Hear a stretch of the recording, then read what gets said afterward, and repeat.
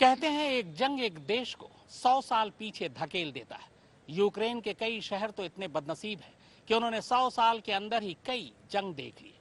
दूसरे विश्व युद्ध में इसी यूक्रेन का खार्किव शहर लगभग शमशान में तब्दील हो चुका था।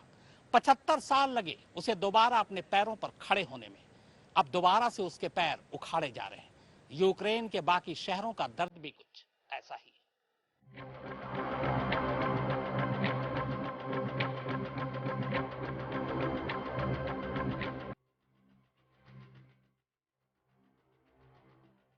1991 में यूक्रेन के वजूद में आने के बाद से ही यह शहर इस देश की राजधानी है। लेकिन करीब 29 लाख लोगों की आबादी वाले इस शहर का एक बड़ा हिस्सा अब रूसी हमले में पूरी तरह बर्बाद हो चुका है।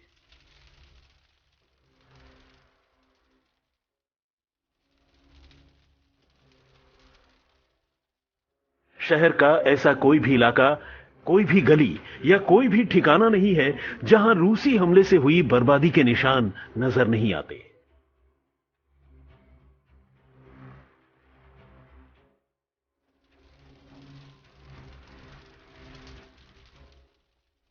चौबीस फरवरी को जब रूस ने पहली बार कीव को निशाना बनाया था, उससे पहले उसने सिर्फ सैन्य ठिकानों को ही टारगेट करने की बात कही थी।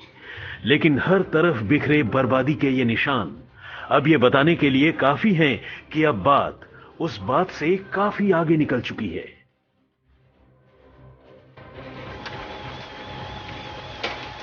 धू-धू कर जलती रिहायशी इमारतों के बीच सर्दी और दहशत के मारे कांपते लोग, शहर पर जारी ताबड़तोड़ हमलों के चलते अपने अपने घरों को छोड़कर भागते लोग।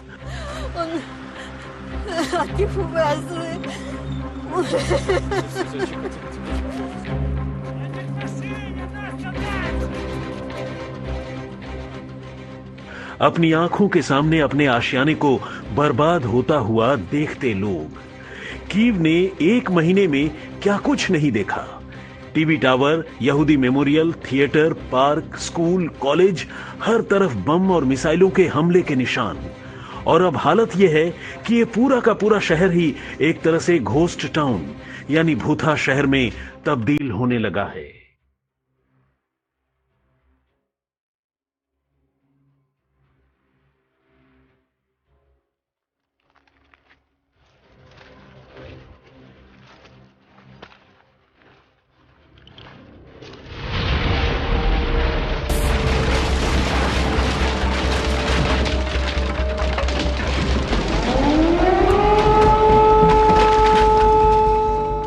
कीव के बाद अब बात खार्किव की।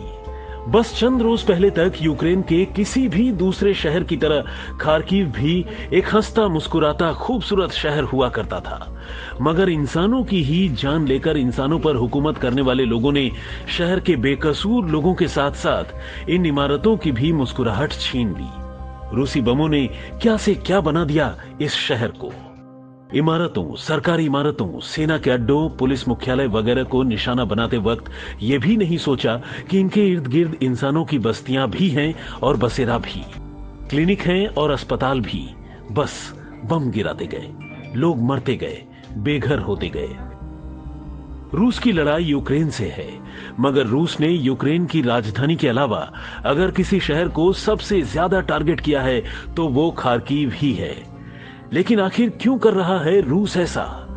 तो पहले वजह समझ लेते हैं। खार्किव का इतिहास सदियों पुराना है। एक वक्त में ये यूएसएसआर यानी सोवियत संघ का ही हिस्सा हुआ करता था। बल्कि 1920 से लेकर 1934 तक तो ये यूक्रेन की राजधानी हुआ करता था। 1934 में कीव यूक्रेन की राजधानी बन गई।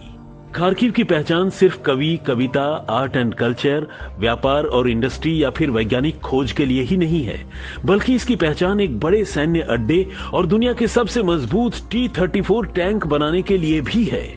Soviet T-34 tank Kharkiv tractor factory में बना करता था। मगर अब इस शहर में हर तरफ बर्बादी के निशान बिखरे पड़े हैं। करीब 15 लाख की आबादी वाला यह शहर अब आधे से ज्यादा खाली हो चुका है। यही हाल मारियोपोल का भी है। मारियोपोल में सड़कें सुनसान पड़ी हैं। लोगों के पास न खाना है और न पीने को पानी। ज्यादातर हिस्सों में रूसी सेना का कब्जा है। कई सड़कों को सैन्य वाहनों के जरिए बंद कर दिया गया है। शहर की सड़कें ट्रकों और टैंकों के मलबे से अटी पड़ी हैं। मारियोपोल में बमबारी में अब तक 5000 से ज्यादा लोगों की जान जा चुकी है। यहां इमारतों को भी काफी नुकसान पहुंचा है। मारियोपोल के मेयर की माने तो इस शहर से करीब 60% लोग पहले ही पलायन कर चुके हैं।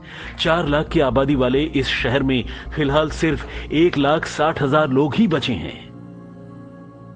रूस की बुरी नजर का शिकार बनने वाले शहरों में ओडेसा भी बेहद अहम है। यूक्रेन के दक्षिणी तट पर मौजूद यह शहर अपनी खूबसूरती के साथ साथ अपने बंदरगाह के लिए भी मशहूर है।